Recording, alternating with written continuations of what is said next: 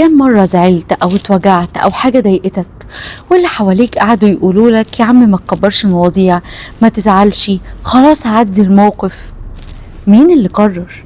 مين اللي قرر ايه يوجعني وايه لأ، ايه يضايقني وايه لأ؟ المشاعر ما بتتناقش. ما ينفعش اقول لحد انت المفروض ما تزعلش، المفروض ما تتضايقش، المفروض ما توجعش. القرار قراري انا. احنا مش بزراير، احنا ناس ليها مشاعر وليها احاسيس، ومن حقي ان انا ازعل او اتضايق او اتوجع. مش شرط عشان الحاجة دي ما بتزعلكش او انت لو مكاني مش هتتضايق يبقى انا كمان مطالب ان انا لا ازعل ولا اتضايق. كل واحد بيبقى على حسب وجعه وعلى حسب تجاربه، على حسب الحكايات اللي في حياته اللي ما حكاش عنها قبل كده، الصدمات اللي خدها فأثرت عليه فخلته يزعل من حاجات ممكن تبان بالنسبة لك تافهة.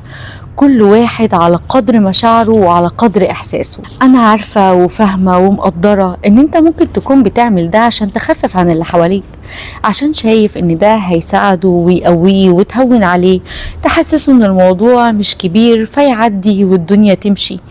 لكن في الحقيقة اللي قدامك بيحس انه لوحده، ان مفيش حد حاسس بيه، ان كل الناس عايزة تكتم مشاعره، وان هو ملوش حق ان هو يزعل او يتضايق من اي حاجة.